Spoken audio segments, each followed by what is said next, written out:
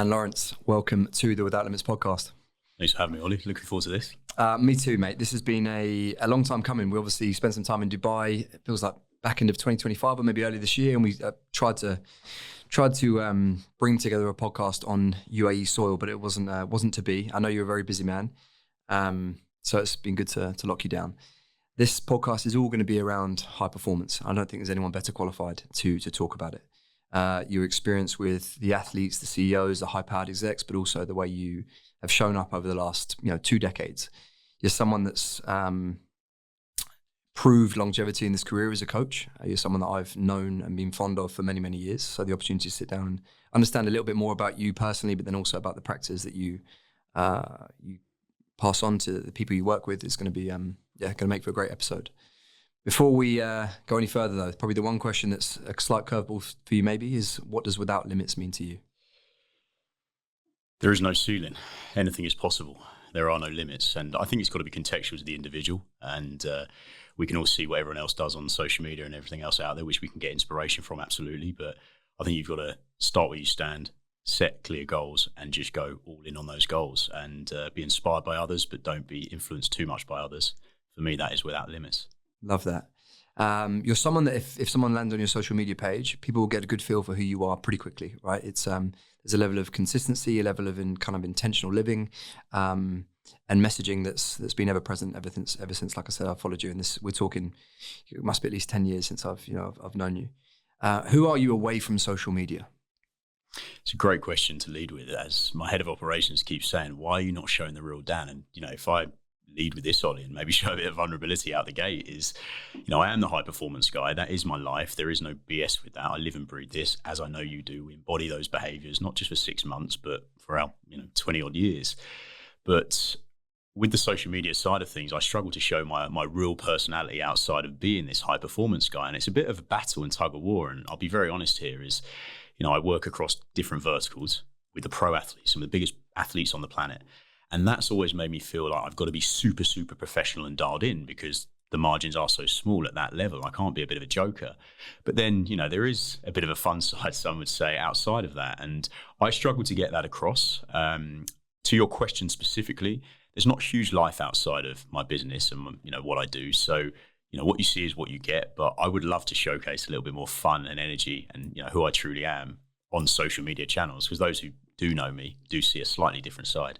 I think that's a really good insight, because I do think, and I've kind of been on that journey myself, humanizing people who are perceived, and rightly so, because perception is reality in this case, to be such high performers and, be on it the whole time, do have elements of self-doubt, can show fun or have enjoyment and fun away from work where they might show up serious on social media. And it's something that actually, I think I mentioned to you when we were on that run in Dubai, as I mentioned earlier, I saw a different side of you there. It wasn't necessarily a vulnerable side, but it was just a side that's different to social media, because on social media, you have the brand and who you represent. And I think it's nice for people to understand that whilst we are going to talk about high performance, like an element of high performance is knowing yourself, and also knowing where you might have areas for improvement. And like I say, being vulnerable isn't necessarily a bad thing or a weakness.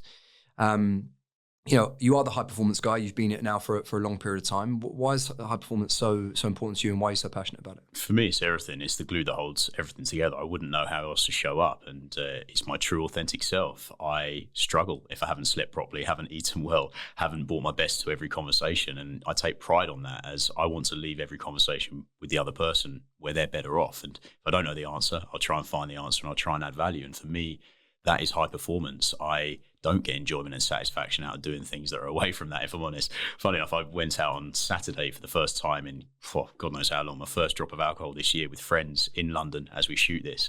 And look, I had a great time. It was great to catch up with friends who I haven't seen for a long time. But Ollie, my headspace after that for 3 days was wild. And I think sometimes you've got to scratch the itch, absolutely. But you've also then got to say, yeah, this is why I live and breathe what I do, because I feel so clear and cognitively sharp when I eat well, sleep well, train hard, and manage my workloads. Now, is that sort of the byproducts of nature and being around or also nurturing being around some of these high performers. In your career over the last 18 years, you've worked with some real high performers. So you're probably getting the rub, even though you coach high performance, you're getting some in return there. There's probably quite a lot of synergy and give and take. Or is it something that's kind of happened in the past where you've become passionate about it because there's been an inflection point where you go, okay, actually my life is on this path, but this isn't conducive with who I want to be. For people that are sort of, how old are you, Dan? You my sort of age? 37, yeah. Yeah, so my sort of age, for people who are further behind, not necessarily this far down the track with it. What are those things that kind of maybe happened in your life that went, this is the path that I'm about? Is it professional sport? Is this for many people? I think so, yeah. Pro sport was definitely one. I've got to bring my best self to every conversation. You can't be half-assed, the margins are so small.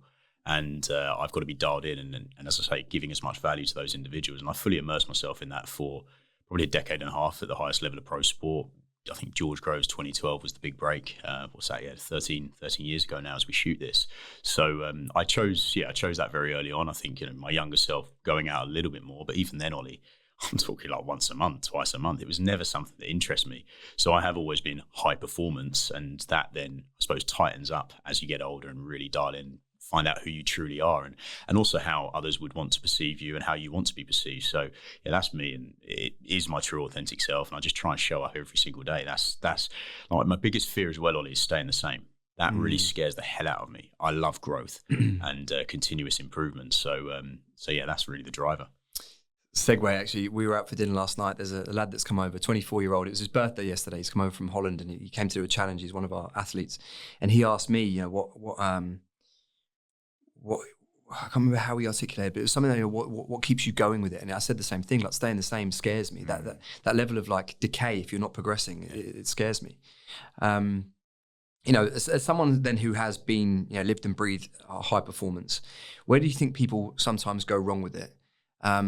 Where do you think people go wrong with high performance? I think we need to, what I'm trying to do here is pre-frame what we believe high performance to be. And it's going to be quite subjective for different people, context dependent. We're talking about not settling and always looking to progress. And your version of success would look very different to mine. Someone who's maybe 20 just starting out, or someone who's trying to find high performance later in life at 45, 50 years old. Yeah. Where do you think people go wrong with it? I'll start by saying what I believe high performance is, and I'll actually reframe it and say higher performance. I think it's got to be, as you said, contextual to the individual.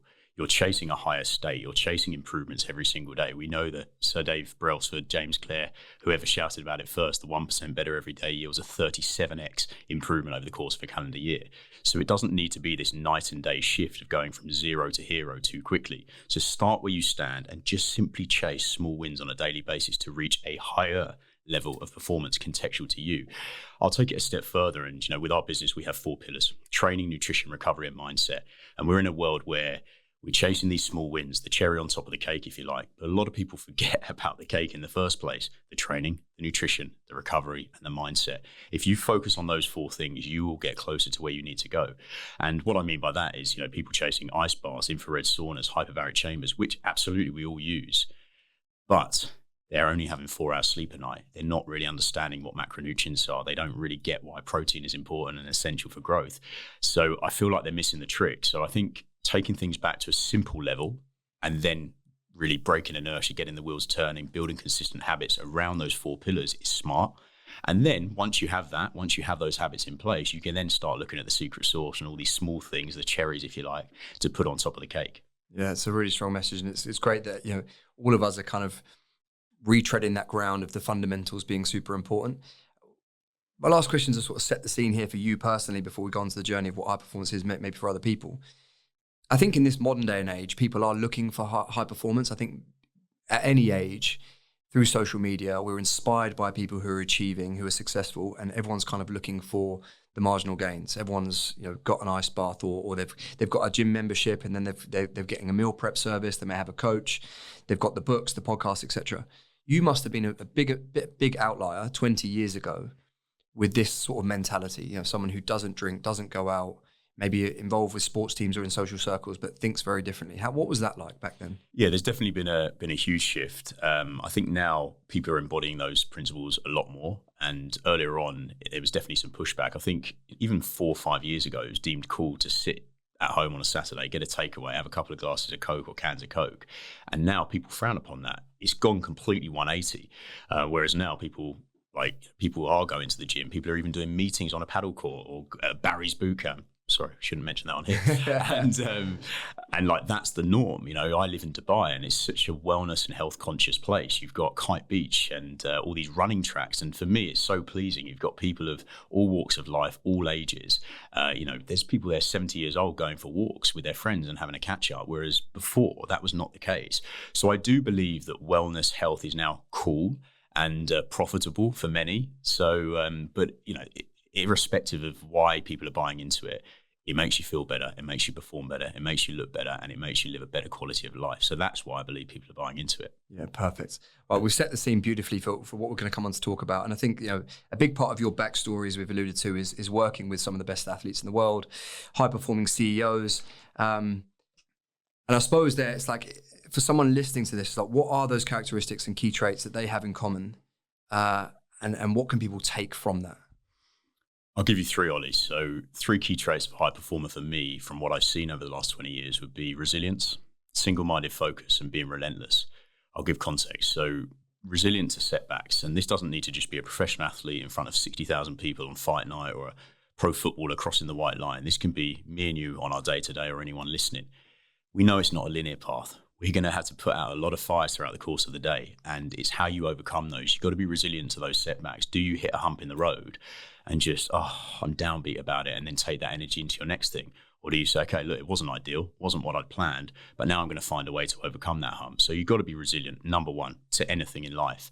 Let's double click on resilience then. So for many people living inside that comfort zone, they're never going to expose themselves to the point where there's going to be a setback. So I suppose the first thing is, and I speak about this quite often on the podcast, the first thing is put those things in your diary, whether it's training for the event, the race, whatever it may be, or even if it's, you know, trying to find your partner in the social situation. Like, you've got to start to put these goals in place and put a timeline associated to it so that you're accountable to trying to do it. And you've got to be outside your comfort zone. And the setback then, you know, it's like in sales, right? You want to hear 10,000 no's before you get the yes, because that teaches you how to refine your ability to sell. And this teaches you how you refine your ability to perform in high pressure environments. So I think that's probably the first one, right? It's like athletes, CEOs, they're in high pressure environments all the time. They've got to meet a deadline. They've got to, you know, have the fight, whatever it may be.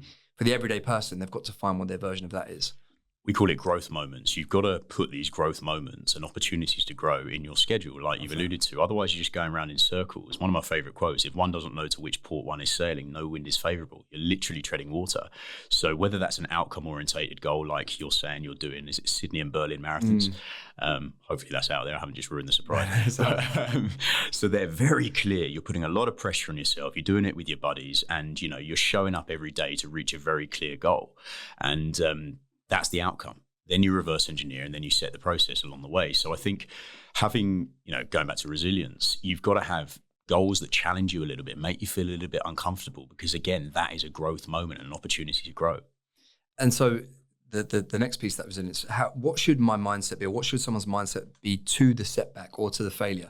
Again, using the reference of yesterday, this lad had come over, and bless him, right? He'd come over from Holland. He's going to love the fact he's getting a bit of airtime here. Came over to deadlift 500 pounds and run a sub 5 minute mile on the track. We had Sam there, we had Harrison there, myself, Charlie, my mate drove the weights and things over. So like, he had a full production team, and he was so gassed about that whole situation. And he failed on it, right? And actually yesterday was his birthday, so the day after, and his girlfriend had messaged me saying, would you book somewhere for dinner, and I'd love for you to come along, like, as a surprise. And he was over the moon about the surprise, and we'd gone down for steak, and we were talking through the setback, and it was a good hour's conversation that will almost end up in sort of like coaching and mentorship to sort of reframe his mind about what had happened. And I think some people see those big moments, and you referenced this earlier about actually seeing your future already, and you've already accomplished it before it's actually happened, and that can sometimes then send people a little bit west when the outcome isn't as they maybe anticipated. So what would a high achiever or a high performer, what should their association be with setbacks? Because you and I are born winners. We want to always win, but that's not always in our control. We've got a 3-pronged strategy. It's reflect, review, and plan. You can't just brush it off and go. That's not the strategy. It's sitting with it for a moment. I won't mention who, a Premier League and England footballer I work with, and we were reading Matthew Syed, Black Box Thinking. don't read it. We got to 100 pages and it just went wild. It started talking about planes crashing. For people who travel as much as us, it's not a good read. And it's funny because we both said, like, how are you finding this book? And he said, yeah, it's gone a bit off piece. We said, right, let's put it down. The one thing we took away from the book, though, and we coined the term, was a black box rule. So in football, one-on-one, he's a striker. He's not going to score 10 out of 10. As much as we can hope he can, he's not going to. So that would be suboptimal. He hasn't reached his goal, quite literally. And what do we do? Do we dwell on that? Or in football, we know within a split second, you could get another chance. So in that moment, you've got to decompartmentalize and just go again, because quite literally you could end up with a hat trick even if you miss your first chance. But then what we do at the end of the game, we have a 24-hour rule. And this is the one thing we took from the book, and we called it the black box rule. You can sit with your thoughts for 24 hours, see what you could have done better. Should you have turned quicker? Should you have taken an extra touch? Did you take one touch too many? Should you have squared it instead of trying to take the shot from that angle? And then put it in the black box, because after 24 hours, you're not allowed to think about that again, because those negative thoughts will then feed into the next thing and can stay with you for a long time. I truly believe in how you think is how you feel and can actually impact your life, positive and negative. Power. So we've double clicked on resilience. We've spoke about these growth moments in the calendar, and we spoke about then if there is a setback, how we can overcome it through a 24-hour window and sitting with those thoughts and then moving forward. The second one in the three was single-minded focus. Single-minded focus. Jimmy Iovine talks about this in the Defiant ones when they sold Beats to Apple for $3 billion or whatever it was. And Jimmy Iovine fascinates me, how he just gets in rooms and just gets everyone in awe of him and throws beats on to Eminem and co. It's like, what are you doing? Takes a load of pictures, and that's his marketing strategy, which was ingenious at the time. And then they got the exit to Apple, I think it was, for that amount of money. He says, be like a racehorse. The reason racehorses wear blinkers is so they don't miss a step. And I love that. You've got to know where you're going. I said it earlier with, the boring quote. And having an outcome, otherwise you just don't know where you are. But also, don't listen to the noise. We're in a world with social media. There's lots of negativity. I know everything you get, everything I get, I'm sure it's not all positive. There's probably one or two negative things in there. You look at like a Conor Ben, there's a lot of negativity for him. How does he deal with that? You've got to have the ability to block out the noise. And that's where the blinkers come in. Forget what's going on left to right. They're just the naysayers. Just keep dialed in towards your goal. You've got to know where you're going and then just be all in and be single-minded towards that goal. There's obviously certain people that have got thicker skin because they've maybe, again, they've trodden the path before where they've come under fire or scrutiny from the people left and right. If people are putting that big hairy goal on the vision board for the first time, starting to adjust their behaviors, whether it's their partner, their friends, their social situations, their work colleagues, all of a sudden you're showing up a little bit different. People will project their insecurities on you, and that can then influence how then you decide to double down on it or you start to retract. Is there any practices that you can suggest that people would, maybe go through when those moments do happen to maintain that single-minded focus? Be consciously aware of your environment. Environment dictates outcomes, and if you've got those around you, and there will be one or two irrespective of the environment, but saying, "Oh, you can't do that. I don't think you can do that. You're going to fail." If everyone's telling you that could be a problem. You may start have to look at a different environment. And, with you running, I'm sure you run with people who may be a little bit ahead of you. I did that. I used to identify as a numb runner. And for me, going back to the environment, I'll give you a real world example. My friend Jordan used to come to my place in London, pick me up, drive us to Richmond Park. And we used to run, not half marathons, just 5Ks, 10Ks, built up incrementally, and had some really good conversations when we were running. So I wasn't thinking about what I was doing. We had a reward mechanism at the end of the run, sat down, had a bougie coffee, and then he dropped me home. No friction, super easy. It's not me getting up at 6:30 in the morning in the pissing down rain and going for a run. So that was the start of the journey, is having the awareness. Again, a key trait of a high performer is awareness. You said it earlier, self-awareness.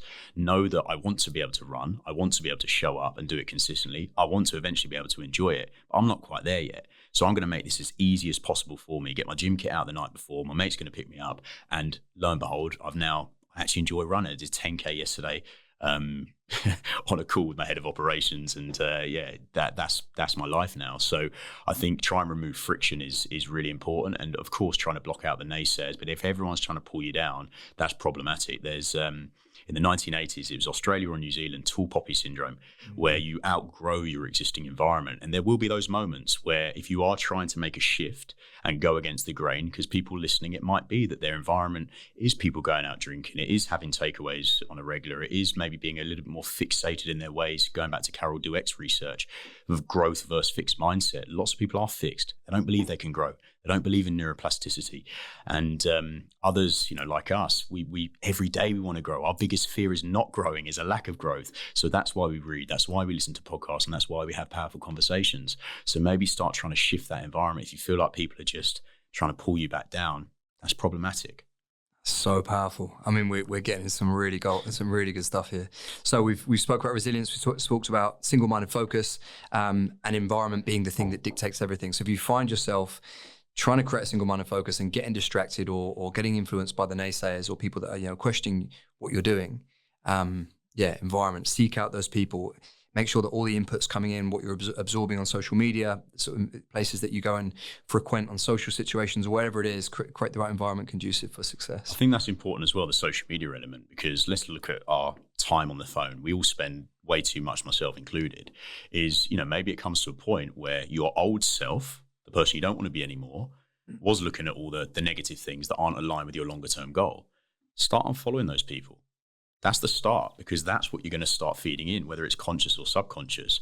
So maybe start following OM, maybe start following these people who are getting after it. And that's going to be inspiring. And that's just going to be front and center every single time now. So I think that's a great point. It happens on a micro level too. Like I regularly vet the people that I'm following. And it's not from a place of like, I don't think I can take something from that person or anything personal against that individual. And we're talking at every level, whether it's someone with 500 followers that I followed because I had they worked in the company, for example. When it's not that when they leave the company, I no longer care for them. And I'm just using this as an example, but that real estate on my feed or that like influence that's coming, that's an input. That's another input where I'm seeing something and it can be a distraction. So I do think it's about regularly vetting all the inputs that are kind of coming in and making sure you're really trying to streamline that process so that you can, there's no room for any distractions that are of any sort of magnitude. So input leads to output. Yeah, perfect. Okay, number 3. We've done resilience. We've done single-minded focus. Relentless. The last trait. Relentless. Similar to single-minded focus, you've got to have a goal. You've got to know where you're going, and then you've just got to be relentless towards that goal. You've got to block out the noise, block out the naysayers, and just be all in. Tim Grover's got it as the title of his book, Relentless. And I think, that word I'd associate with high performance is you've just got to be so dialed in and just be relentless towards that goal. It does start with being clear with the goal though, right? You can't be relentless towards something if you generally don't know where you're going. So I think we need to take a step back and get clear with the vision, get clear with where you're going and what truly intrinsically has a deeper meaning and deeper purpose for you. Do you want to go and do a half marathon, a full marathon for you, or do you just want to do it because you see other people doing it? Both are absolutely fine because, you might find your deeper purpose throughout that journey. But then you've just got to be all in. John Kavanagh's got a book, who was Conor McGregor's former coach, Win or Learn. And you learn from these moments of like defeat and failure. It's only a loss if you don't take any lessons from it. So to your point earlier, like about failing, you said about your buddy over from Australia, he hasn't failed. He might have failed what he came to achieve, but he's going to take so many lessons from being around you and being around others and seeing the way you probably picked him up in defeat, if you like. And that's going to shape the rest of his future and life. So I think, getting a goal, getting clear, being single-minded and just going all in, being relentless. You say it all gas and no brakes, is it? Burn the boats. I think I've seen that. This stuff really fires me up, man. Like the hairs on the back of my neck literally stand up. But there's a level of intensity in the way you talk about it, in the way that high performers show up that isn't for everyone. Right? Some people hear the word relentlessness. Some people hear the word single-minded focus and they go to negative connotations. It's obsessive. It's a bit too much. It's over the top. Learn to live a little bit. Where's the fun side of it? Is it okay not to want to be a high performer? Yeah, it is. Firstly, I don't want that energy around me, but that's my choice because I'm selective in that. But everyone can do their own thing. Absolutely. Like, again, high performance is contextual to the individual. I think there's negative connotations of the words high performance because it thinks you've got to be all in, you've got to be relentless, you've got to be single-minded. I'm giving you these 3 key traits from world champion athletes, NFL Super Bowl winners, 1%. Unicorn companies. Exactly that. Entirely up to you whether you want to embody them. But these small marginal gains can actually add up over time. And I'm sure as we go on throughout the podcast, yes, I'm being quite intentional with the way I'm delivering here because this is how I deliver on a daily basis with these high performers because they are chasing these small gains to get huge life-changing results. but we will give some simple systems that people can apply day in, day out. So disregard those 3 traits if you so wish, but just start where you stand and just start small. And you can see huge change within 4 weeks, 8 weeks, 12 weeks, and so on, just by doing some simple things like daily non-negotiables and winning each day, again, which I'll give context to what that looks like. Yeah, and I think that's a really key point as well. Like I've said this many times to people, there are levels to every game that you're playing. And, people look at, in this kind of endurance space that we found ourselves in, there are some real savages out there. And I think everyone does have that savage within them. Everyone has the relentless person within them. They just need to harness where they are right now. And as to your point, like what is like the +1 variation of that? What is that 1%? What could a slight variation, elevation look like on day number 2, and layering in those daily habits? So let's talk a little bit about, in fact, before we talk about routines and habits, that's obviously going to be a big part of how we start to formulate what high performance looks like on a daily basis, on a weekly basis. Can high performance be measured? If I'm sitting there going, well, I'm a high performer, I look at Dan or I look at Ollie, not quite at that level, but I still see myself as high performer. Can we measure it? How can we measure it? It's obviously subjective, right? But again, it's contextual to you and where you are now. So it's it doesn't mean you're not high performance because you're not running a couple of marathons, across the globe. It's got to be contextual to you. And this is why I like the word higher performance as opposed to high performance. Are you trying to attain a higher level of performance than you were yesterday?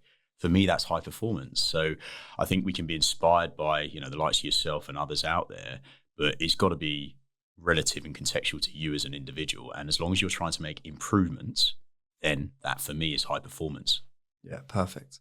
We've come up with, we've used the word, behavior quite a bit. And I truly believe in sort of behaving your way to success and the power of routines and rituals being a big part of it. Sometimes for me, actually, there can be a bit of diminishing returns. Like I'll attach myself to a certain set of behaviors or routine. And because I'm I'm very good at just like following through with what I said I was going to do. Sometimes because I've got the blinkers on, I've got single-minded focus, there might be a new way of doing things, or someone will pose challenge to it, or like say, a suggestion based on evidence or also their own experience. But I'm like, no, this is the way I do it. So I think that's something for people just to understand when we talk about behaviors and routines.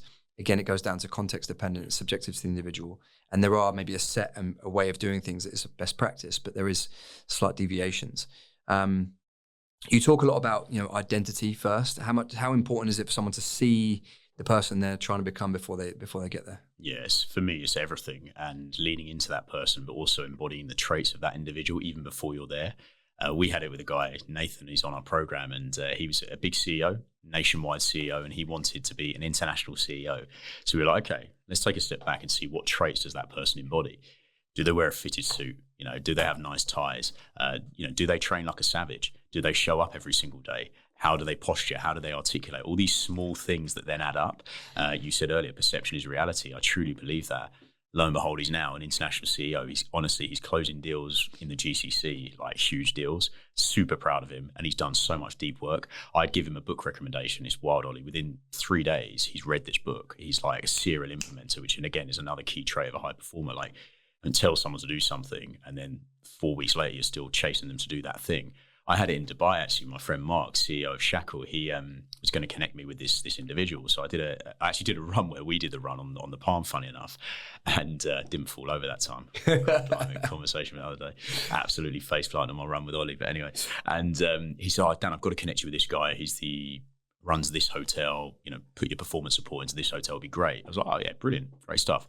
I literally left him, went into the taxi. I had an email in my inbox saying, "John, you got to connect with Dan. He's this and this." And for me, that's a high performance trait. Is if it takes less than 5 minutes, we've got this on our team. If it takes less than 5 minutes, you got to do it there and then. Do not let that build and accumulate, and then you've got a 20 small thing to do list. So yeah, that's just for something that I think high performers do embody. The bit that I think we can double click in there is the ability, like you said there, if it takes 5 minutes, just like get it done. That ability to in the moment be able to take the action. What a lot of people will do is like they'll hear some of the stuff that's going to go on this podcast, and they'll sit with it for too long and they won't implement. So I suppose it's the ability to, if you hear something that influences you positively and you think I can do that, it's the ability to take the action and get it done. Would you agree with that? Yeah. We all have great ideas. We're going to change the world, but then there's ideas and there's action. So, maybe if all right with you, I'll give some simple actions that people can carry out as of tomorrow. Yeah. And, look, daily non-negotiables are something that, I've coined, many talk about as well. And they're things that you do every single day without negotiating, like brushing your teeth, or at least I hope like brushing your teeth. And they might be 3 or 5 things. They're not a long, arduous list of 20 things. But if you do them every day, you will get close to your goal. So going back to your point of 3 key traits for high performer, and I get that might not be everyone's bag, but for anyone listening, anyone can do this, irrespective of where they are on their journey, whether they're sitting on the couch, where they're running marathons. And I can take this from myself, but also some of the highest performing athletes and CEOs on the planet. So what they might be, 10,000 steps a day, quite an arbitrary number, but we know the NEAT principle, non-exercise activity thermogenesis, does add up over time to get someone close to their goal. 3 litres of water a day, we can all do that. Maybe having, if you're in Dubai, an electrolyte tablet every day, potassium, magnesium, sodium, calcium, water just won't cut it. That will help from a cognitive and muscle action point of view. So look, there's 3. Reading 10 pages of a book or listening to 10 minutes of Audible a day. That compounds over time. These are things that will make you better. And training in some capacity, that's one of mine. But if I'm not training, I don't train 7 days a week, I might do some mobility work. So just showing up and going back to identity. Are you someone who sets a goal and shows up every day? And even on non-training days, I want to do something intentional that's going to mean that I keep embodying those key traits. So, for anyone listening, we call it win the day. I coined it with, a footballer, #WTD. He was out of action. He left his club. He went with us for 4 weeks to have full immersive medical support with, my team. And we got him back playing very quickly. But we had this thing of, he was out for 12 weeks with his edema. And there was no point of me talking about him scoring goals again for England. That's way too far away, way too unattainable. So I don't want this to sound unattainable to people. You can absolutely action things right away. So the reframe we had, we knew that was the longer term goal. We didn't mention it. It's like building a wall. The goal is to build the wall, but you don't focus on it. You lay brick by brick by brick, and before you know it, you've got a wall. So what we did, we broke the 4-week block down into 4. Week 1, he was just with the soft tissue therapist, break down scar tissue. If he gets through that and gets signed off, week 2, he's back in the gym with me, doing some robustness and strength-based work. He gets through that. Week 3, he's back on the pitch with no ball, doing some linear work. He gets through that. Week 4, he's back on the pitch with the ball. We're signed off, get back to your club, and then you can start thinking about the next steps. So I think it's got to be broken down in that way, and that's a high-performing athlete, but the psychological barriers of saying, we're going to get you back playing, he's like, mate, I can't even tie my laces up at the moment. So that goes back to start where you stand, set realistic goals, and break them down incrementally into what does success look like today? How do I win the day? What does that look like for you? And that's where non-negotiables can come in. I fucking hope people are listening to that. I seriously do, because again, we spoke about maybe the intimidation around relentlessness, all this stuff, but the actionable steps there of winning the day and what that looks like for you. 5 key things. People often say to me, like, I'm on holiday, how have you got up and you've gone out on a 20k run at 6 a.m? It's like brushing my teeth. Like, it's like literally the act of waking up this morning was as autonomous as the act of doing the run, because it's who I am. And just on that, if I can add, Ollie, habit stacking, James Clear talks about in Atomic Habits, is if you are trying to formulate a new habit that might be challenging, stack it on an existing habit. I used the term brushing your teeth earlier, right? Because we all do it. We don't think about doing it. It happens, ideally twice a day. So if you always forget to take your vitamin D sup, always forget to do it. It's in the cupboard. You just forget. Put that next to your toothbrush. Every time you go in there, you're going to brush your teeth. Oh, yeah, I'm going to take that as well. So early on in the journey, that can be a really good way to start trying to formulate new habits. Because the hardest part is to break inertia. The hardest part is to start. When those wheels are turning, it can become, dare I say, quite easy. Yeah, a small example of this for me is like, people always ask me, when's the best time to take my creatine? It's like, I take it first thing in the morning because I've got a routine that makes me drink fluid first thing in the morning. I just add my creatine to it. It's like removing all that friction. Yeah. Now, there may be marginal gains to be had at post-training potentially. Literature might suggest that, but the fact that I take it every day is going to be the thing that I'm going to focus on a little bit more. Cherry on top of the cake. Like tomatoes, as long as you're taking it, right? You've got a system that works for you. I'm the same. So in Dubai, I wake up fasted. I'll get sunlight in the morning. Struggling here to get that, but anyway. I'll not look at my phone for 30 minutes.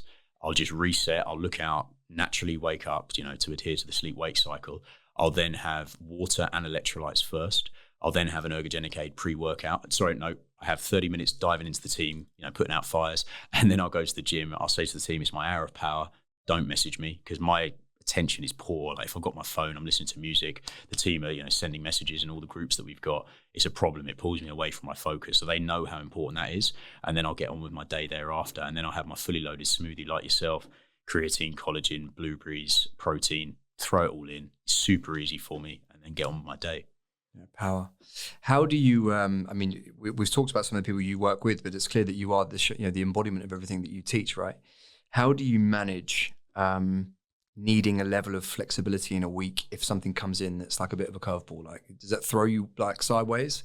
Can you manage it and overcome it? I'm sure you've learned to adjust now as life has taken different stages and permutations, but how do you deal with that? Because for a lot of people, I've spoken about this many times as well. Like the reason I'm maybe perceived as being a slight anomaly is because I've just been able to create routine and structure around all the things that are important to me. So work being a piece of that, you create order and routine around it. Obviously, it might change based on the team growing or the businesses, the business requiring something different from me. Like I'll adjust my routine, but I'll always adjust. I'm always thinking about how to iterate and how to make that better. Building routine around training, building routine around the kitchen, regular eating times, and the sorts of things I'm going to fuel my body with. Building routine around social occasions or family, whatever. So it's just about thinking those 3 or 4 or 5 different domains and arenas that you find yourself in, and building robust routines that enable you to show up as your best self. Many people, particularly successful people in the business world or in a career, or even successful parents, can do it in one of those domains or 1 or 2 of those domains. You're clearly someone who's managed to build a life by design. You mentioned there the ability to, when you're training, tell everyone, don't message me. For some people, I think they have the ability to do all of that, but that's maybe a level that they're not at yet, and it's about earning the right to get there. So for these certain people that are always getting pushed and pulled in different directions, what is the kind of your experience of that? I'm sure it doesn't happen very often because you're going to ring fence your routine. But how do you adjust on the fly? For those people first, I'll come to how I adjust in a second. I'd say try and take a zoom out approach and look through a slightly different lens, because people are just in the, putting out fires. They're so reactive to everything. So try and take a step back for a moment and just see, okay, what can I control? And also what's important to me. You said there, like the Tony Robbins bucket analogy that will stay with me for life, is identify 3 or 4 things that you truly place value on. So health, performance, gym, whatever we call it, that's one, right? Sleep, nutrition, that all falls into that bucket. The next one, relationships and family, for you, like super important, right? The next one is probably business. Okay, there's 3. Let's keep it simple with 3. And you don't have an infinite amount of water. Okay, so some of them, I'll hold my hands up in the past. Relationships, malnourished, not getting any love. Thankfully, I've tried to improve that now, and it has improved. So like, I'm not perfect. I'm chasing those wins every single day and trying to become a better leader, a better business owner, a better boyfriend, and a better son to my mum. Like that's what I focus on, right? But there's having the awareness of that needs a bit more love, that needs a bit more TLC. So that's the first thing. And your second part of the question, I think you've nailed it. Really, it's like, how do people? I mean, the second part is you individually. How do you overcome it? Yeah, it's how do people overcome? I suppose, how do people create order around those things that are super important to them? And then if they've created order and something comes in that's a bit of a curveball, how do they overcome that? So I think you've got to have a foundation in place first. So it starts with what's important to you. So that's what I've just explained. The foundation can be the 4 pillars: training, nutrition, recovery, and mindset. Mindset's the glue that holds the other 3 together for me. It's how you show up consistently every day. So then when you know where you're going, the goals, what's important to you, then you have the 4 pillars in place. You have a foundation. And if you're thrown a curveball, you simply adapt and react. You've got to be a chameleon in this game of life, right? You've got to be able to adapt to your environment and change accordingly. I'm a sucker for structure, and I think I said to you offline, Ollie, like the last 7 to 10 days have been wild. Conor Benn's fight was originally meant to be September the 20th. I was on the flight back from Bali with my girlfriend, filling the relationship bucket up, and just about to touch down on the runway, my phone popping off saying the fight's now off. I was meant to have 3 days in Dubai and then dive back into 2 months with Connor in immersive training camp. So I've scrambled a little bit and managed to sort some other bits out. Came back to London to see my mum and do some other business meetings and talk to yourself. But that adaptability is key. Is to yes, be structured. Yes, know where you're going. Yes, have goals and clear actionable steps on a daily, weekly, monthly basis and what you want to achieve per quarter. But also know that it's not always going to go to plan. There's so many curveballs, and as a high performer and people who are at the top of their craft, you're also going to get curveballs, good curveballs thrown at you, and then you've got to identify whether it's worth catching and rolling with, or maybe saying no. And I think there's a real power in saying no as well. Yeah, that's great insight. Let's you've referenced Connor there. He won't mind us talking a little bit about him. We've had him on the podcast before. Honestly, one of the best guests I've had. I think someone often misunderstood because of the bravado and everything he has to come across on social media and in the media. But I had a really, really great conversation with him, and myself and Sam actually said we want to get him back for a second episode. You're someone that knows him incredibly well on a personal level and an intimate level. Being his high performance coach. We were speaking before we started recording about what it's like in camp with someone like that. What are the things that you're thinking about to ensure that come fight night, he's at his very best? And Charlie was in the conversation. It was actually, you unearthed a few sort of nuggets there that often people wouldn't assume, right? We understand people have strength and conditioning coaches or people in their corner, they have their team. But every little bit of detail, and it's very clear, probably everyone that's listened to the previous sort of 45 minutes of this conversation, you are meticulous in the detail. And you sweat all the small stuff, and you've really taken this to the nth degree, which is why you're at the level you're at as a coach and as an operator yourself.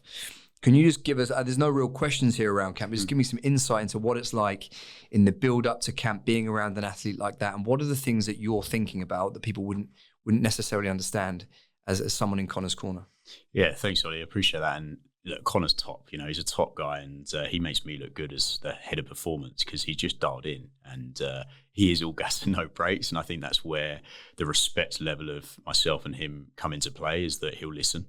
And in boxing, one of my former athletes, John Ryder, had a great quote: old school values, modern methods. And it's the values in boxing have to be old school. We like that grit. We like that locking yourself away, dialing in towards a specific goal, because it's the fight game at the end of the day. It's either you win or lose, but when you lose, you're on your ass, quite literally. It's high octane, as we know, and why we love it.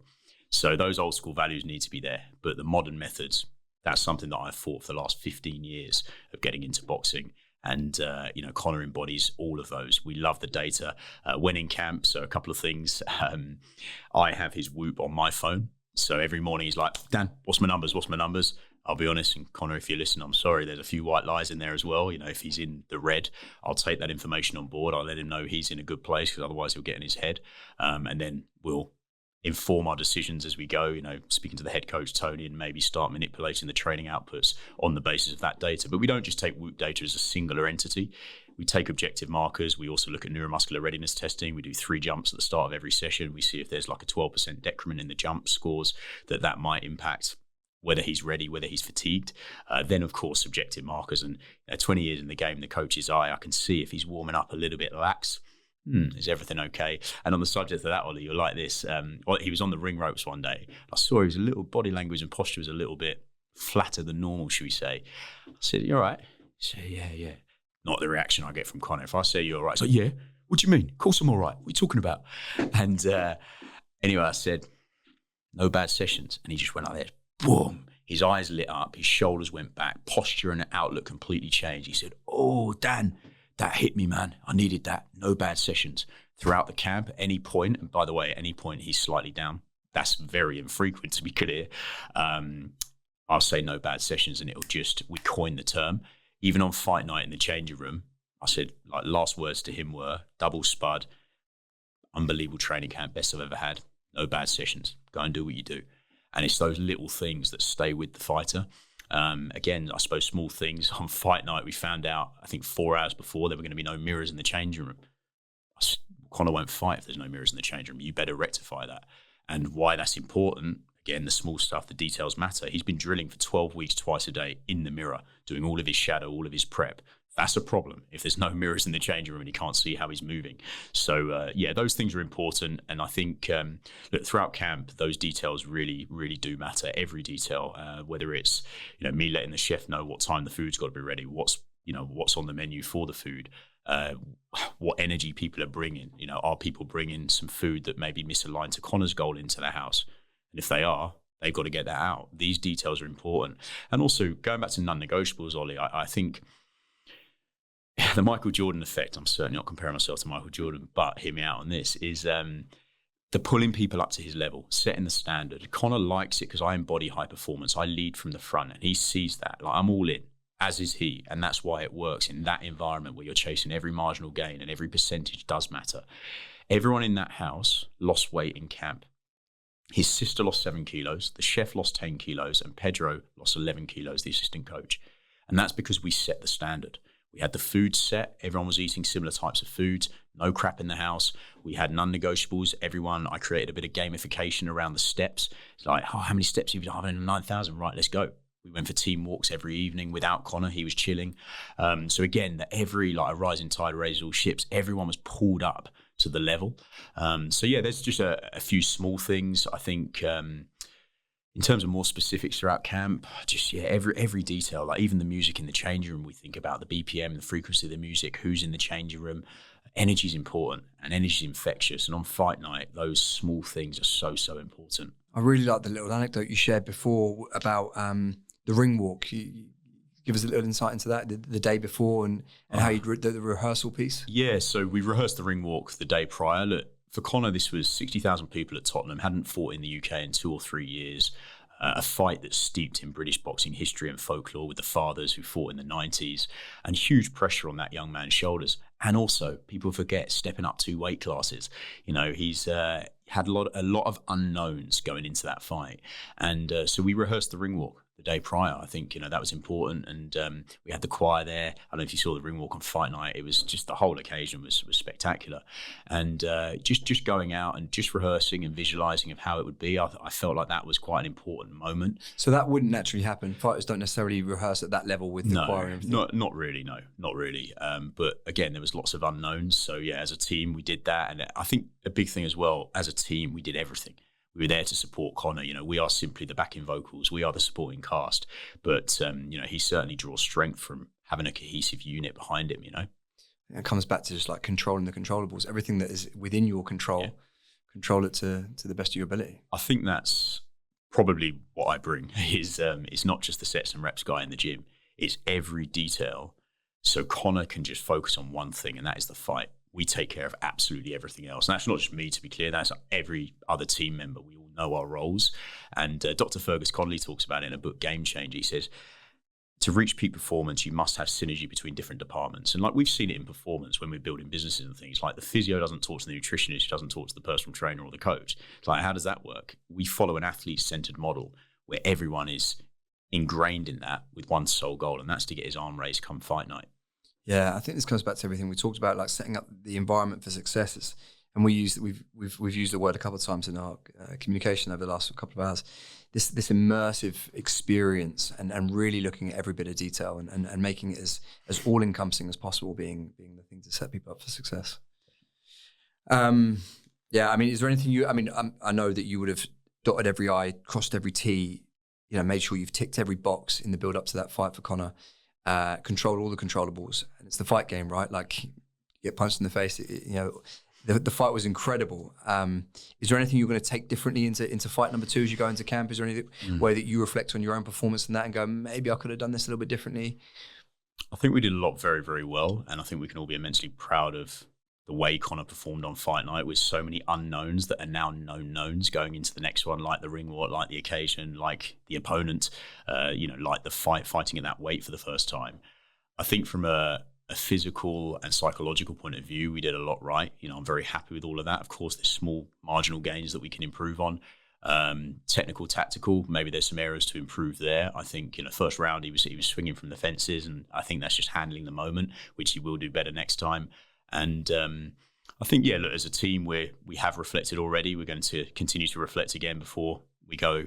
And as of yesterday, as we shoot this podcast, the fight has been announced, November the 15th at Tottenham. So Eubank Bend 2. And look, we've all got to get better. We don't just dive in like we've spoken about throughout the entirety of this podcast. We've all got to reflect. We've all got to get clarity of our roles. And again, make sure that everyone is set up and synergistically aligned to one goal. That's Connor to win. That's to get his arm raised. We can be proud of his efforts, but we didn't achieve the goal that we all set out to do. And we all sacrifice. No more than Connor, but we all sacrifice. I'd be leaving Dubai, leaving my girlfriend, and I'm there to win. I'm not there to show up and, make up the numbers. So, if there's a margin, you've got to find it. I think Connor is a shining example of someone who is resilient, single-minded, focused, relentless. And I'm sure all the people that you've trained, CEOs, the football players, the boxers, but is there anything from, and maybe you can name an athlete if you can think of one, where there's been bits that have maybe they've doubled down on it, or they've got that a bit more, and then you've been able to take that from them? Is there any athletes or any examples of how they'll maybe do something or show up that has stuck with you? God, there's so many lessons. Like, Recently in a training camp, actually, I did a training camp in Portugal. I go over to Contextual every year at the campus, and this is just a small one. I'll give more, but we had Ryan Sessegnon and Angel Gomez, two great guys, great footballers. And this is, again, going back to the simplicity of high performance and non-negotiables. Those guys had probably 14, 15 sessions with me throughout the time that we were there, maybe a bit more, double sessions. Not once were they late. They showed up early every single time. These are guys, Angel's, in the England setup, Ryan's played Premier League football for however long. And for me, that stood out because you've then got younger athletes who might be rocking up late or, just didn't embody those standards. And it's those simple things. You said earlier, control the controllables. These are things that we can control. Showing up on time, that's a non-negotiable. So that was certainly one. I've got loads of lessons. Like John Ryder, we went out to Guadalajara, Mexico in front of 60,000 people at the Chivas Stadium fighting Canelo Alvarez, massive underdog. No one gave him a hope in hell, and John could have crumbled in the 4th or 5th round. He got put down for the first time in his career. You look around, you're like, oh my god! I mean, I'm in the lion's den here, quite literally in the heart of Mexico, and he bit down. He found an inner strength. He drew from that strength, all the preparation, and he went 12 rounds with Canelo and gave him a good go in the end. Lost the fight on points, of course. So I draw strength from those moments because my life is easy compared to these guys. These guys are in the trenches. These guys have got another man swinging back at them, trying to quite literally take their head off. So I draw strength from that in my day to day, and that's why I've got to show up to your question earlier, why I've got to bring my best self, because my life's easy compared to them. And, if I show up, it enables them to show up and really put themselves through it. Is there a reason you've applied this passion for high performance towards boxing and football in particular?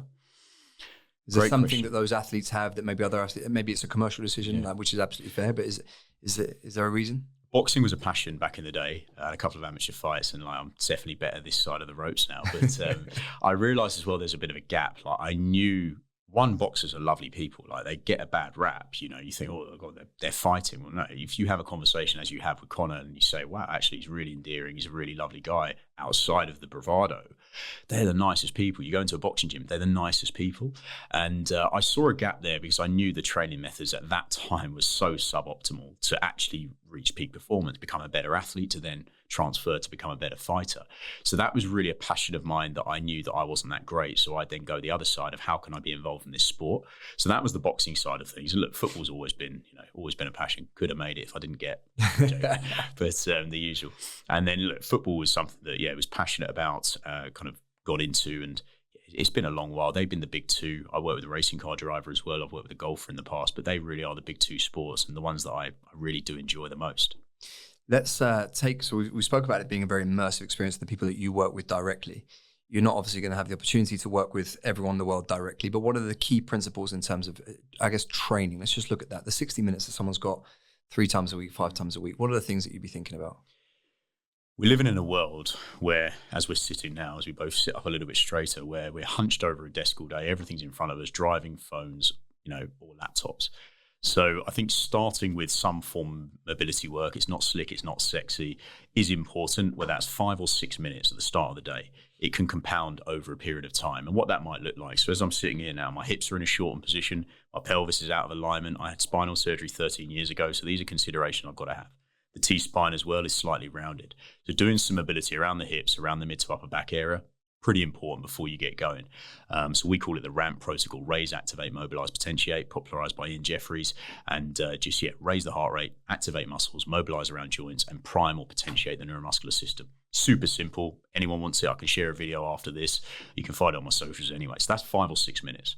Then a little bit of activation work, for me, again, sitting down all day, glutes are pretty important. Posterior chain, as we've heard it, doing some switch-ons there, where you single leg hip thrust, cook hip lift, glute bridge, whatever you like to call that, or some hamstring work. Then going into some posterior shoulder work, some banded pull-aparts, face pulls, again, just to counteract the postures we find ourselves in on a daily basis. If you're going to rip up 5-5s, heavy bench, then probably want to show some love to the shoulder and add some stability to the shoulder complex before you do so. And going to the prime or potentiate, again, let's look at the pattern. If you're doing a horizontal press day, like a bench press, dumbbell chest press, or other, let's prime that pattern. Let's do some medicine ball drop catches, some nice and reactive, or some reactive push-ups or something to prime the pattern that you're going to be training. For a squat, for example, Let's prime that with a CMJ, a counter movement jump, load, explode, absorb, to prime the neuromuscular system, ready for that main key lift. And then you go into the key lift. Obviously, with the CNS, we want to go probably more strength dominant work early on in the session, whether that's 3 reps, whether that's 5 reps at above 85% of max load, 1 RM. And you got to go with big compounds, heavy bilateral movements, trap bar deadlift. Again, I'm a fan of the trap bar because of my back history, less loading on the spine, a little bit safer, less technical coaching as well for some of my athletes. It's a lot easier. Or a back squat. They're your big compounds. Work to probably a 1 or 2 RIR, reps in reserve. If you're looking at Eric Helms' model there of, okay, I've got 1 or 2 reps left in the tank, I'm good. Don't go balls to the wall every time. Like, manage your stress, look at your Whoop data, see how you're feeling, and then manage your outputs accordingly. After doing that, we popularize a lot of filler work as well. So a lot of people getting into running. Do they do any robustness work around the lower limbs? So we're looking at tib ants, tibialis anterior, gastrocnemius, and soleus. So maybe doing some work around that in your recovery periods. And then going into more kind of auxiliary assistance work where the rep scheme might be a little bit higher. So you might now be looking at 8 to 12, 12 to 15, inducing more metabolic stress. And you might be looking at RIF elevated split squats, bringing some single leg patterns in. I think the world we live in as well, everything's so sagittal plane dominant, up, down, forwards and back, bicep curls, squats, deadlifts. Human movement, as we know, is 360 degrees. So I believe we've got to be training in that. It doesn't mean we're on Bosu balls and flinging things around, but it does mean, I like some single arm work where we're getting some kind of contralateral reach and opening the T-spine, bringing a bit of mobility into the routine as well. And I've found that, as my 37-year-old self is like, I used to be I still love a bicep curl, bench press and bicep curls, but now it's got to be movement orientated. So adding a lot of that in, bringing some trunk work in. I look at a lot of the Professor Stuart McGill work, trunk bracing as opposed to just a load of endless ab crunches, buffering rotational forces, lateral flexion forces, and extension forces on the spine. I think for me, the way I present, I'm in that kind of Nicki Minaj booty posture of we see girls do on Instagram, but joking aside, I'm slightly extended. So I've got to do a lot more extension or anti-extension work to buffer those forces, certainly as I'm getting into running. And then we've got to finish with some arms, man. We've got to do the arm fight. I was waiting for that. That's the main thing. Literally all I put on socials. But yeah, look, we've got to do something that makes us feel good. Walk out the gym feeling good. And outside of all of that, manage your training loads, manage your volumes accordingly. Don't try and do a 5-5 protocol if you're new to the gym. If you are new to the gym, follow a GPP protocol, general physical preparation or preparedness, where you might go higher rep schemes, you might go total body. But then, if you are moderate to advanced, I'd be looking at more of a split routine. That's really good, man. Absolute gold. And again, it's context dependent, right? Because we're talking about a wide range of listeners that come from different backgrounds, different training ages, different experiences. But so take everything we're saying there from a principle standpoint rather than, this is what I maybe should be doing. I've heard you talk, and we've talked about it, the increase of hybrid training versus, this is just regular training that we've been doing for years. If we are looking at someone who's getting into hybrid training, so we're talking about a mixture of sort of strength work and maybe some cardiovascular fitness, what do you think a week should be comprised of, a typical week for someone that maybe is on like a 5-day split? Yeah, so I'd be looking at, again, zoom out effect. Let's look at the overall week. I really like hinge and push, knee dominant and pull. And the reason I don't like hinge and pull is because if you're doing your deadlifts and pull-ups on the same day, by the time you got to your pull-ups, the limiting factor is always going to be your grip. Okay, and then your pull-ups aren't going to hit those numbers. So that's why I like biasing that, whether that's, for context, it's a deadlift variation, RDL, trap bar, and then going into either a vertical or horizontal press, entirely optional. So for me, that would be one day. I'd then be looking at... So you're a fan, but by default there, you're a fan of more of a full body kind of focus when you're doing strength. Yeah, so you could say full body, which, in essence, it kind of is, but I still break it down further. I say, well, if we're looking at that, it's more glutes and hammies with a hinge dominant deadlift day, and then a push would, in essence, be a chest and triceps, right? So we're still eliciting a sufficient overload stimulus for that. For us, if we're doing full body 3 days a week, we're not really going to get much overload in terms of hypertrophy. I think, we probably agree. So actually, I'm still getting enough volume to elicit a hypertrophic stimulus, but I'm still getting more benefits. We know based on Brad Schofield's research, 2017, I think it was, hitting a muscle group more frequently throughout the course of a week is optimal comparatively to just doing chest day. Okay, so we know that. So going back to your hybrid question, this is how I think probably, unless I'm missing the point of hybrid, I'd be doing that. I'd be getting some good strength work, some good power work, still a bit of hypertrophy work in, box tick there. And it wouldn't be the next day to be clear, I'd be doing more knee dominant. So whether that's a squat, whether that's a split squat variation, rear foot split squat, or other. And then I'd be looking at pull on that day. So it might be a pairing, a simple A1, A2 pairing after all the prep that I've mentioned of back squat followed by a neutral grip pull up, and then maybe a filler exercise. 3 to 4 sets on that first work set, and then build up to your numbers. Then I'd maybe go into rear foot elevated split squat followed by a single arm row, and maybe with like an adductor side plank to get some trunk work in as well. And then go into a bit of an arm farm to finish. It's quite literally that simple when you have that framework. So there's 2 key sessions. I then, if you're looking at hybrid, are we looking at kind of the aerobic system? Are we looking at probably getting 1, maybe 2 aerobic-based runs in? So engine work at heart rates. If you're looking at Joel Jamieson's cardiac output method between 120 and 150 BPM. I then, part of our program, we call it a traffic light system. Not every day is created equal. So green would be like your aerobic runs, maybe not so much for you because you're smashing out 20, 30 Ks, but like a 10K, relatively easy for a moderate, hybrid athlete, if you like, as long as you're staying within those zones. Whereas a red day, like that might be a 30K, it might be a really challenging 5x5 heavy back squats. Again, you can see the demands and stress on the system is very, very different. So that's where you've got to be quite smart and tactile and maybe use the data, both objective and subjective, to see what am I doing on that day. So then I'd add, maybe a little bit more kind of grunt work, if you like, whether that be some, I hate the word, metabolic conditioning, whether that's some kettlebells, building a bit of intensity and working to those higher kind of thresholds and numbers of heart rate, adding in some sprints. That for me would be the optimal week. I know I've really only mentioned 4, maybe 5 sessions there, but you're kind of ticking all boxes. And then I probably would throw an upper body one in as well if aesthetics are your goal, which I think for everyone, myself included, they are. But yeah, that for me would be a pretty solid training week. That's really good principles. I think the kind of take home there is that training like an athlete, training with movement variation in all different planes. We're looking at some more absolute type rep ranges, absolute strength. We're looking at more hypertrophy rep ranges. And we're keeping a very balanced approach to our training program. I think, again, for the everyday person, maybe have some big goals, and there's the level of specificity that's probably required for whatever the goal is or the sport is.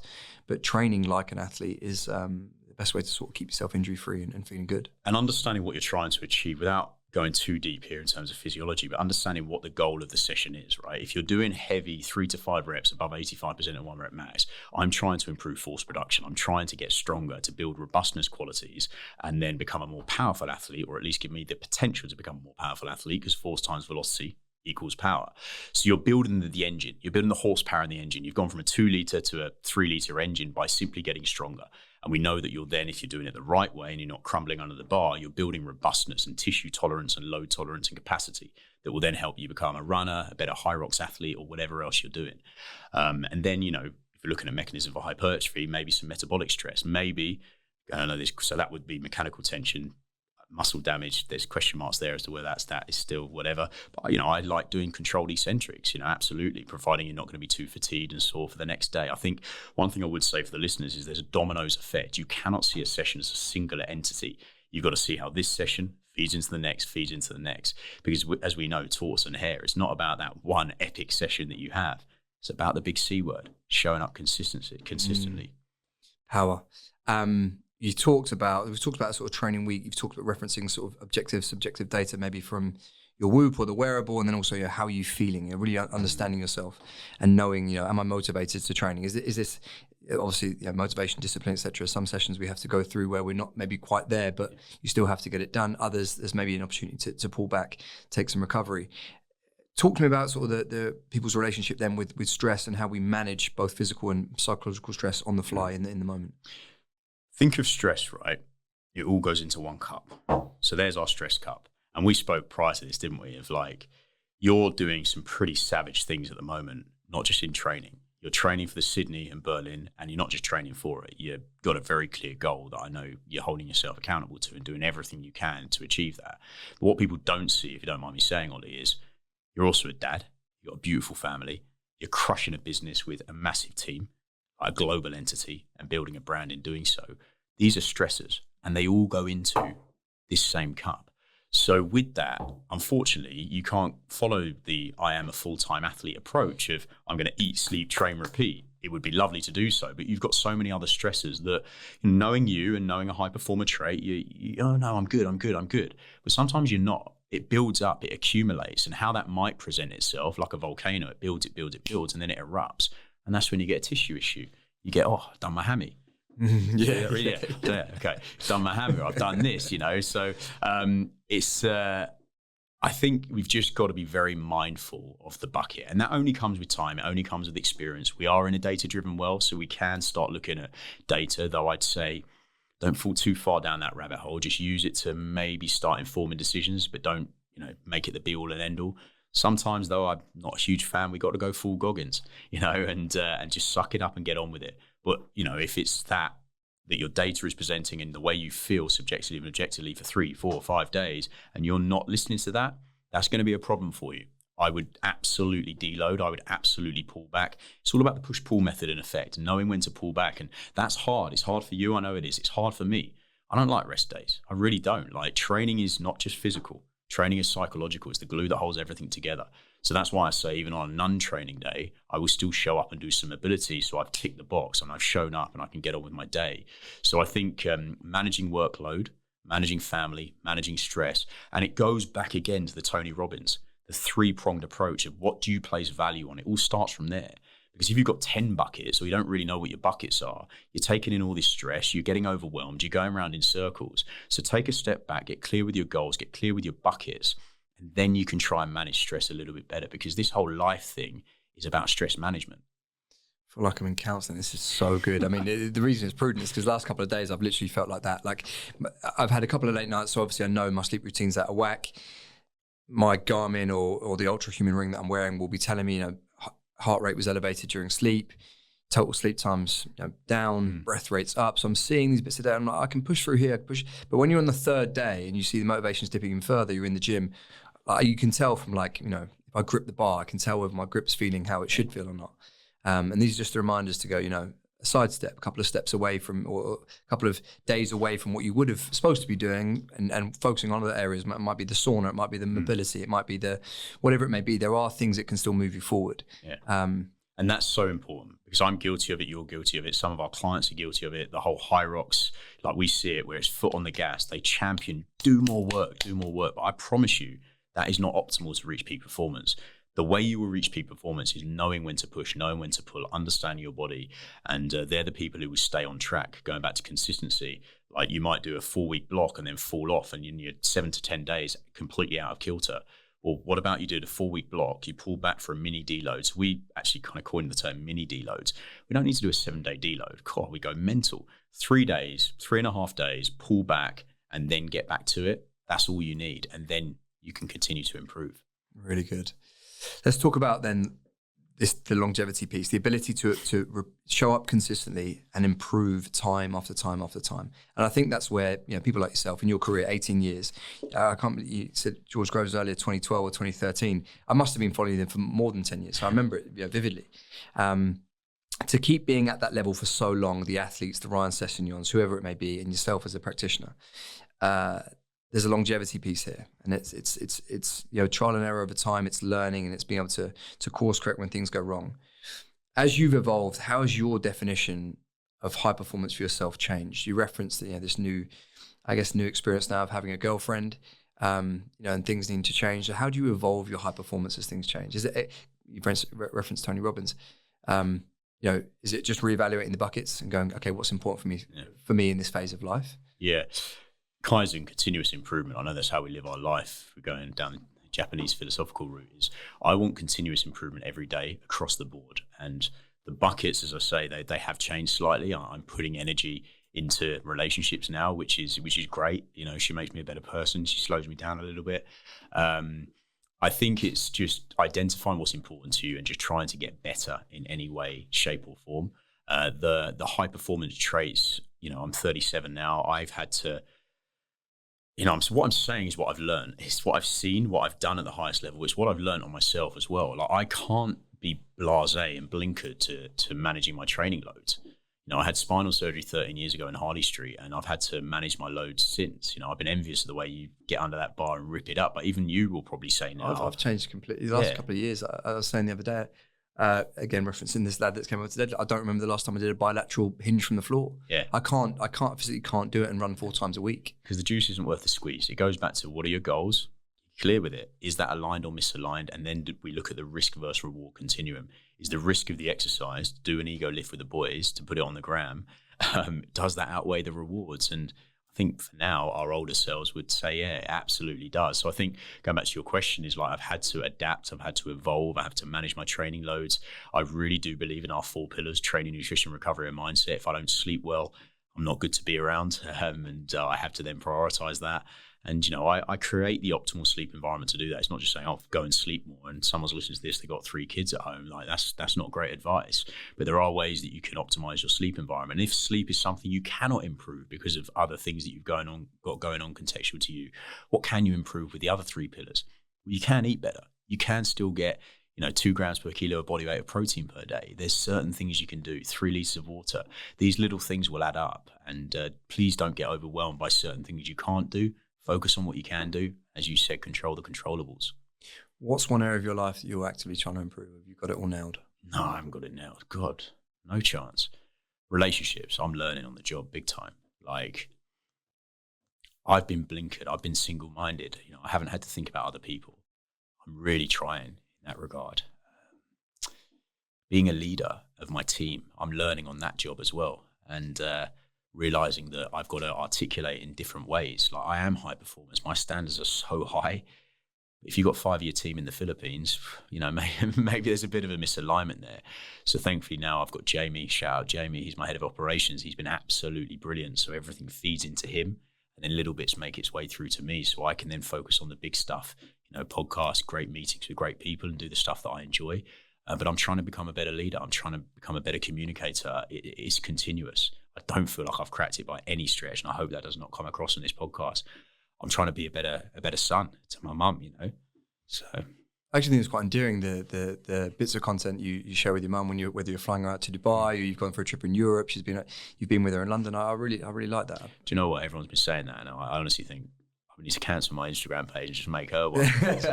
No, she's unbelievable, to be fair. So I think, like I said at the top, I think it's that ability to humanize high performance or people that we put on a pedestal because of the way in which they act, but then realize there are softer sides to it. What habits are you doubling down on that you see your sort of future self, 37 years old, maybe coming towards 40, things are changing, the way you train? Mention that. What things are you, I'm saying because I'm in the same boat, so I want to sort of learn. Is there anything you're sort of doubling down on for this sort of next phase of life? I mean, you referenced the relationships and stuff, but. Yeah, relationship being a big one, and just trying to curate the life that I've always wanted. That's why I moved to Dubai, and people see Dubai as this kind of lavish, like showing off. That we all know what they see, right? It's not that if you don't want it to be that. I live a very kind of minimalistic life out there. I rarely go out. Me and my girlfriend go and play paddle a couple of times a week. And it's a place for me to grow. It's a place for me to dive in and have good conversations with like-minded people who have that growth mindset that I mentioned. Environment dictates outcomes. I'm not just saying this stuff. I've been very consciously aware of my environment in the UK, and I thought, I've reached the summit of the mountain in terms of physical preparation and working in sport. I've achieved a lot, and I'm blessed for that. But I then also believe that when I reach the summit of that mountain, I'm very self-aware as being a growth-minded individual. I've got to go straight back down the other side. Now I'm looking at the next mountain, and that's, the summit is way up there, and I've got to keep working. So I put myself in an environment to do that. Yeah. It's a great answer. Dubai is something that I've talked of fondly because of that, right? You've been everything that people would have listened to over this last hour and a half almost. There's so much intentional action that's going on. Every environment, every opportunity, every decision, it's made through a clear thing. You put it through this filter. You're like, okay, this is the better option for me. You're constantly A and B testing, a food versus another food, a training day versus a movement versus another movement. You're seeing it on athletes and CEOs, you're seeing it on yourself.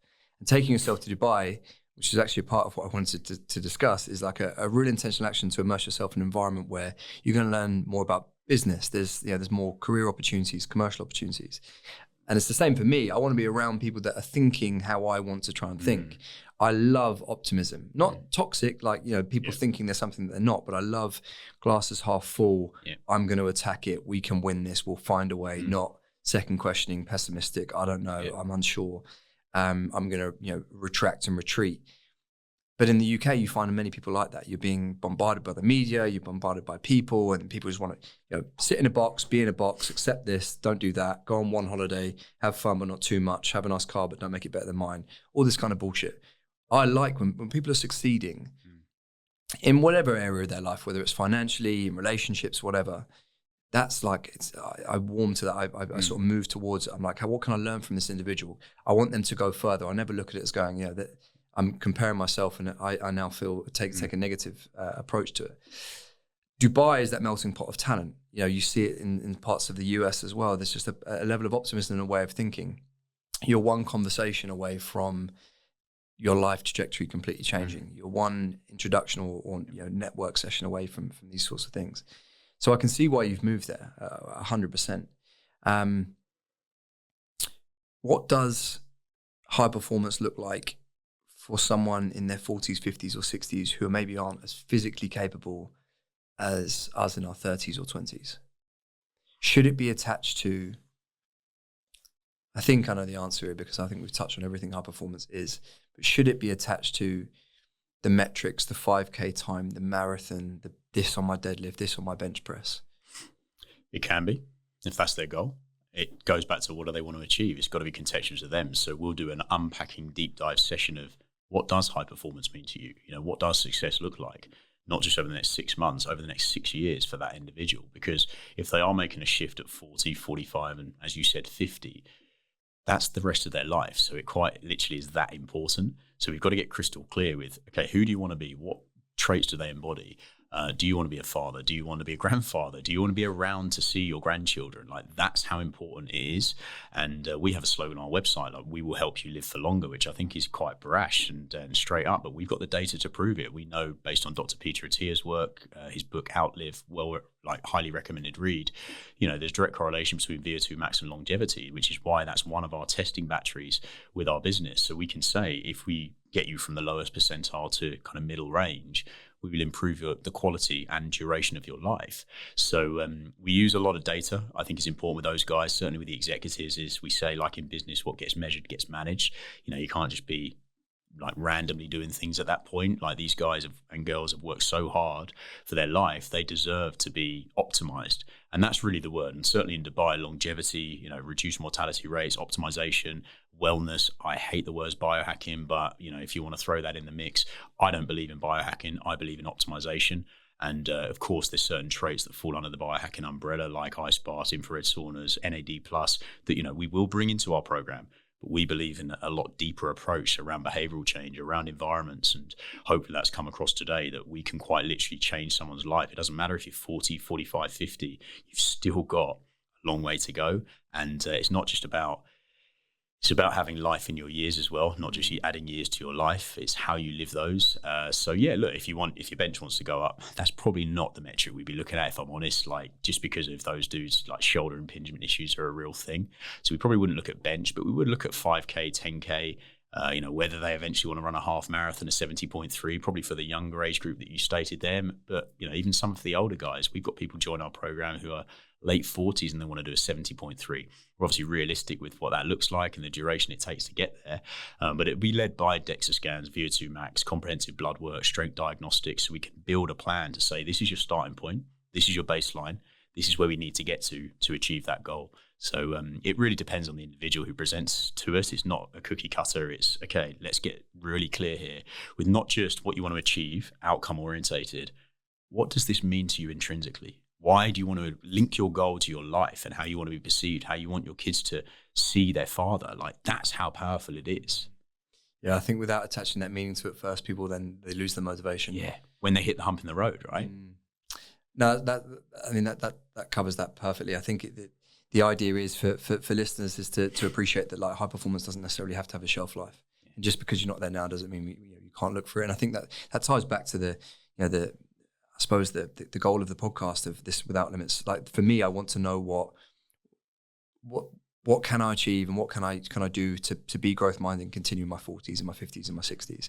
And I hope listeners that, like I say, maybe they look at this, whether it's a career change, whether it's a physical change, whether it's just a mindset shift.